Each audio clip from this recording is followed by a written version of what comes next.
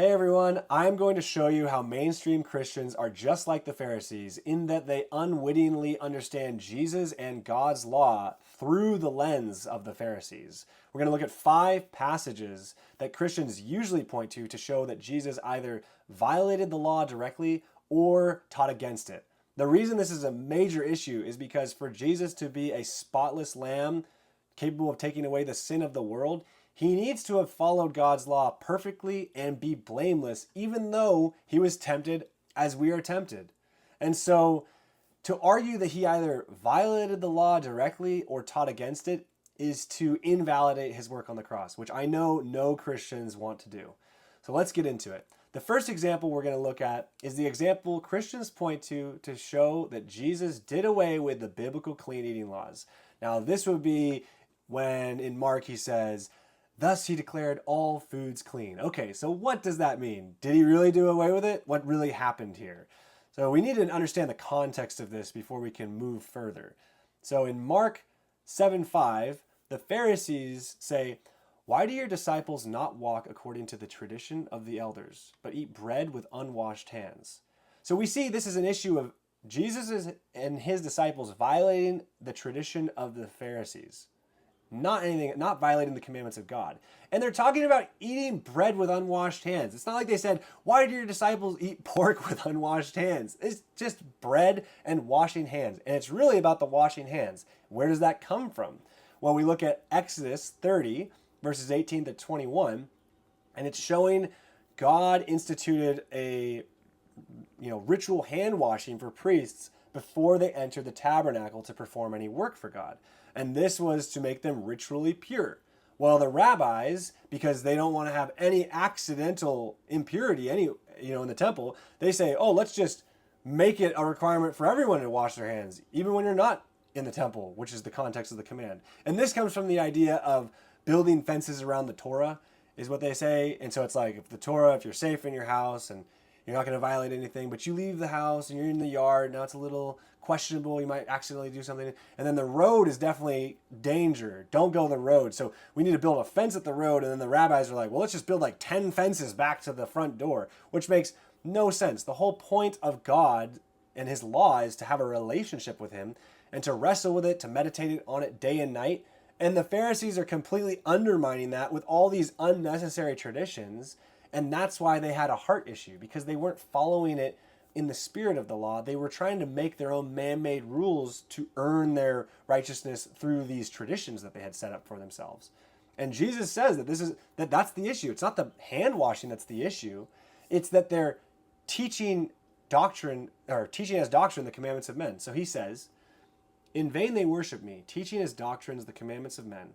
For laying aside the commandment of God, you hold the tradition of men. The washing of pitchers and cups, and many other such things you do." He said to them, "All too well you reject the commandment of God, that you may keep your tradition." The irony, the sad irony here, is that Christians use this passage, which is about man-made doctrine, rejecting the commandments of God, to reject all of the clean eating laws to establish their man-made doctrine. That's what they use this passage for. And so they zoom in on that section out of context. It says, "Thus he declared all foods clean." Oh, and first of all, they're reading their ideas of their modern understanding of food into it. A Jewish person living at this time would have been eating clean, according to the biblical clean eating laws. And for us to say, "Oh, that means food, all food, that means pork." No, that would be the equivalent of them telling us, "Oh, all food is made clean, therefore you can eat rat." It's like, well, no, rat's an animal, it's a vermin, it's not food. It's the same thing. They don't even look at it as food, just like we don't look at a rat as food. So Jesus then says, it's not that the food getting touched with unwashed hands is going to defile you. It's what comes out of you from your heart that defiles you, the violations of the commandments of God. And he says, "What comes out of a man, that defiles a man. For from within, out of the heart of men, proceed evil thoughts, adulteries, fornications, murders, thefts, covetousness, wickedness, deceit, lewdness, an evil eye, blasphemy, pride, foolishness. All these things come from within and defile a man." So if violating the commandments of God defiles a man, then surely violating the entire list of food laws given in Leviticus 11 would defile a man. He, interestingly enough, adds something to that list, an evil eye. That's not just looking at your brother in a mean way. There's an actual, if you look at that phrase, there's a reference to a 7th year release of debts. And we go to Deuteronomy 15 to see what Jesus is affirming here. Deuteronomy 15 verse 1. At the end of every 7 years, you shall grant a release of debts. And this is the form of the release. Every creditor who has lent anything to his neighbor shall release it. He shall not require it of his neighbor, of his brother, because it is called the Lord's release. Skipping down to verse 9 for more about this evil eye. If there is among you a poor man of your brethren within any of the gates in your land, which the Lord your God is giving you, you shall not harden your heart, nor shut your hand from your poor brother. But you shall open your hand wide to him, and willingly lend him sufficient for his need, whatever he needs. Beware, lest there be a wicked thought in your heart, saying the 7th year of release is at hand, and your eye be evil against your poor brother, and you give him nothing, and he cry out to the Lord against you, and it becomes sin among you.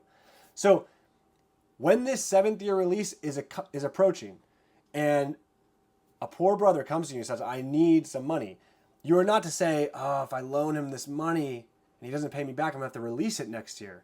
No, you loan it to him with no concern whether you get it back or not. Otherwise, it is sin to you. And this 7th year release is, of course, a type of the weekly Sabbath. And so Jesus, by affirming the Sabbath of the 7th year release, is affirming the weekly Sabbath.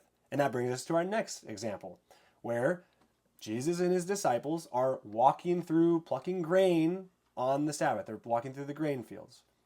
And in Matthew 12, verse 1, it says, At that time, Jesus went through the grain fields on the Sabbath, and his disciples were hungry, and began to pluck heads of grain and to eat. And when the Pharisees saw it, they said to him, Look, your disciples are doing what is not lawful to do on the Sabbath. And the Christians say, Ha, right there. See, Jesus is doing away with the law. He's violating it. Okay, you are siding with the Pharisees.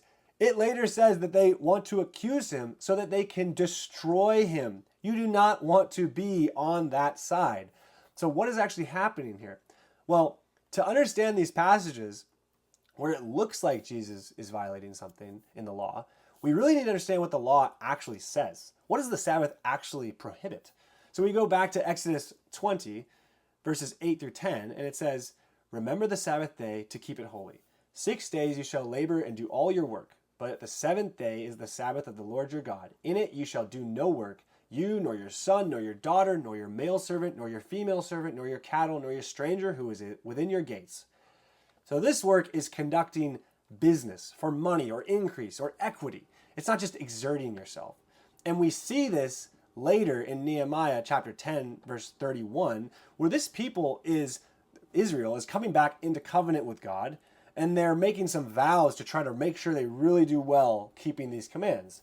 And it says, If the peoples of the land brought wares or any grain to sell on the Sabbath day, we would not buy it from them on the Sabbath or on a holy day, and we would forego the 7th year's produce and the exacting of every debt.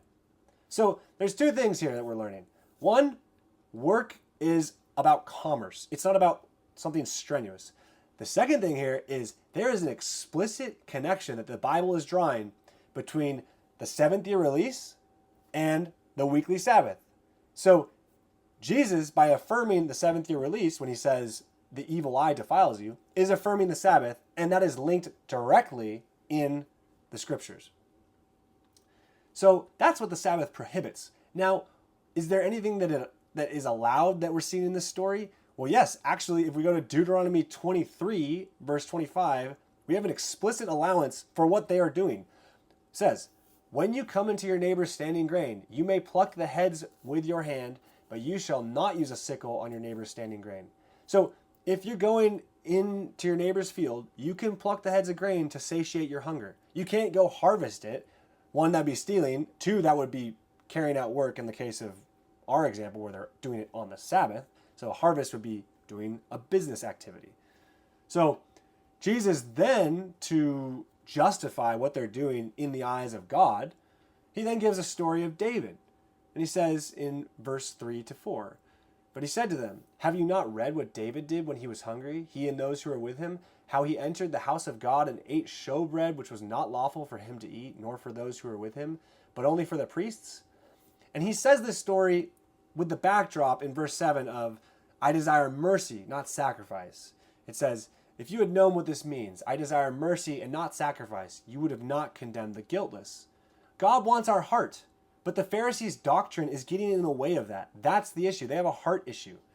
And Jesus is revealing with this story how David was in fact not violating the Sabbath, because this is in response to the questions of him or the accusation that he's violating it. Now, this is a weird story. David is on the run from Saul, and so one would maybe theorize that why is this not a violation? Well, he's on the run for his life, and later in the story of the withered hand in Mark's account, it says, is it lawful to save a life or to kill? And of course, it's lawful to save a life on the Sabbath. And so this would be like maybe in life or death cases. The only confounding thing about this is David didn't tell the priest that his life was in jeopardy. So it's a little weird, but fortunately for us, the details aren't necessary. Why? Because this is smack dab in the middle of the full tone of this paragraph or this passage where Jesus is saying, here's a story about how David did not violate the commandments of God and how we're not violating the Sabbath. And so then we move on to another, which I would say is a tongue-in-cheek remark by Jesus. It says, have you not read in the law that on the Sabbath the priests in the temple profane the Sabbath and are blameless? And so obviously this is a ridiculous position to hold if you think about it, that the priests profane the Sabbath. They are carrying out commandments of God. God told them to do something. How can you possibly be profaning the Sabbath if you're told to do something? I'm hesitant to call it work even because of that. But the priests are carrying out their work or their duties in the Sabbath based on God's command, but it's not commerce, and it's certainly God ordained. And I think that's the deal. It's God ordained. That's why it's allowed. Now, why does he say it? Why does he say they profane the Sabbath? Well, because he's talking to Pharisees, and the Pharisees treat their tradition as law. And so by their understanding of the law and their tradition, the priests are profaning the Sabbath every time they do the rabbinic tradition. And so that is what Jesus is challenging them on. Again, their tradition. And then he closes by saying, the Son of Man is Lord even of the Sabbath. And then the Christians will point and say, ha, there, see, he's Lord of the Sabbath. Therefore, he can do whatever he wants with it. He can trample it, he can throw it away. It's done away with, it's fulfilled.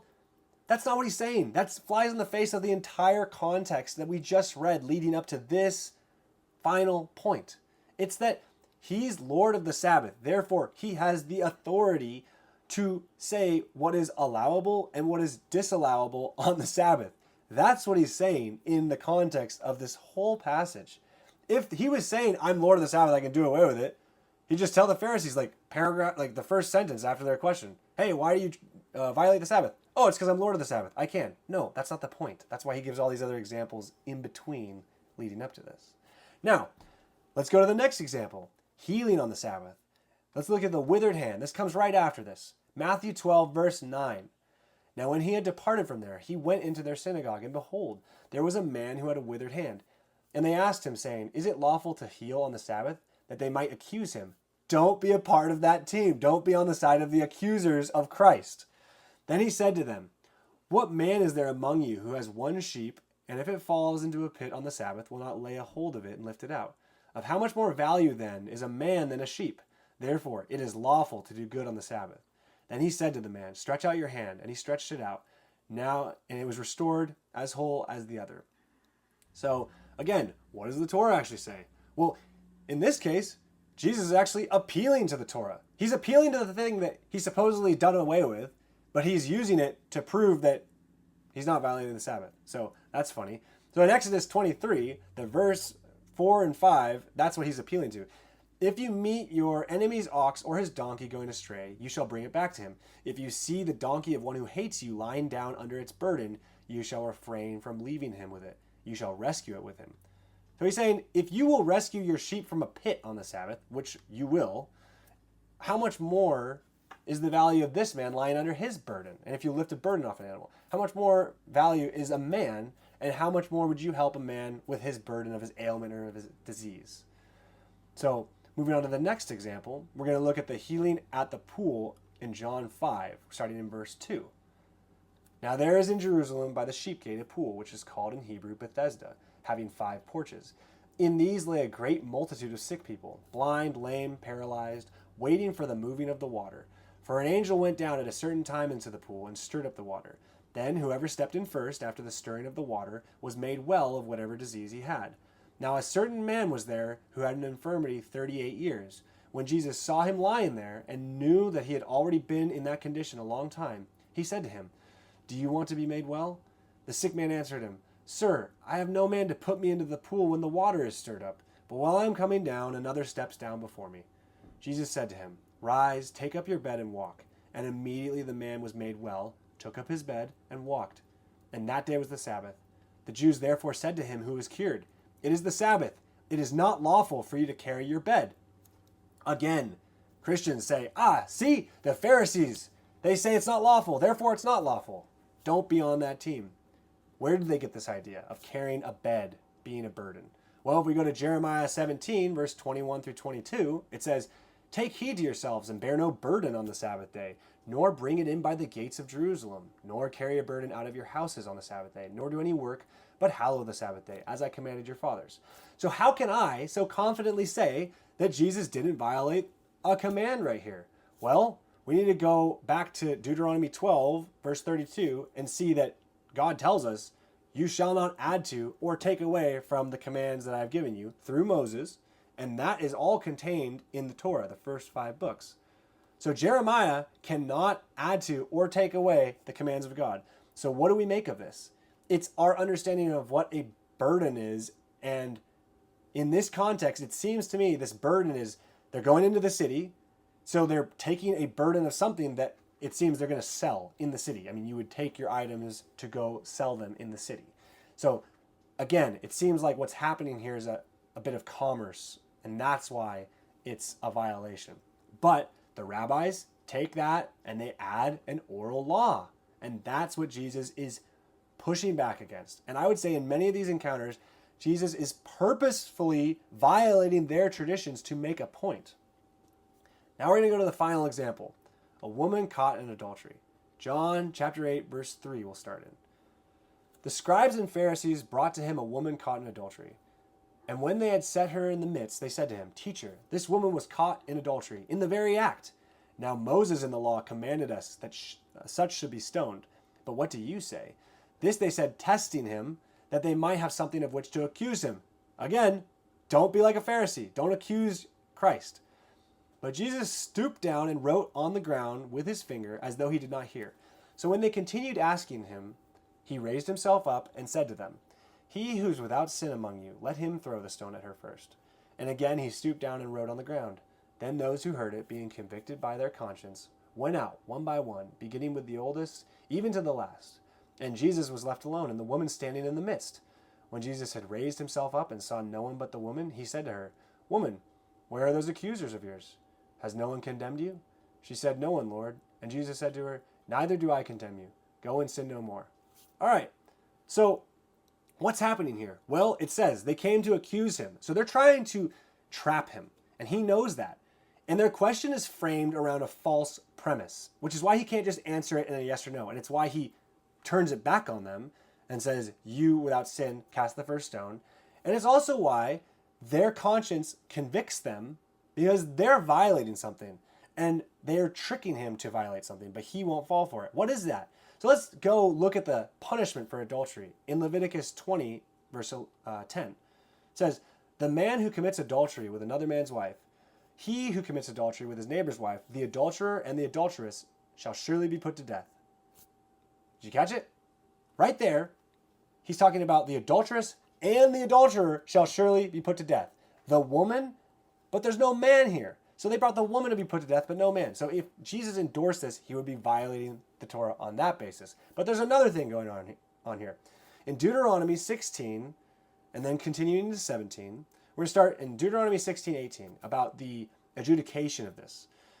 "You shall appoint judges and officers in all your gates, which the Lord your God gives you according to your tribes, and they shall judge the people with just judgment." And then we're going to skip down to 17:6. "Whoever is deserving of death shall be put to death on the testimony of 2 or 3 witnesses. he shall not be put to death on the testimony of one witness.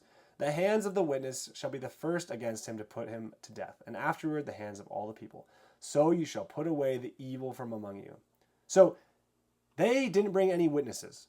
So they didn't bring the adulterer, the man, and they didn't bring any witnesses. So this is the trap, because had he endorsed this, he would have been violating the Torah, because they're trying to sidestep the judicial process that God ordained and put in place to deal with these kind of things. Now, he doesn't let her go just as if nothing bad happened. He says, go and sin no more. But there's no grounds by which this woman could be stoned and it be lawful under God's law. So these 5 examples that we reviewed are how mainstream Christians are just like the Pharisees in that they understand the gospel and Jesus' ministry through the lens of the Pharisees. So let's not do that. Thanks again for watching. If you like this, be sure to like and subscribe to the video, share it with people you think might like it, and then be sure to comment down below. I like to engage with you guys, share your thoughts, opinions, critiques. If you want to see something else but similar material, you can go into my bio links, you see my blog, social media. Thanks again. See you next time.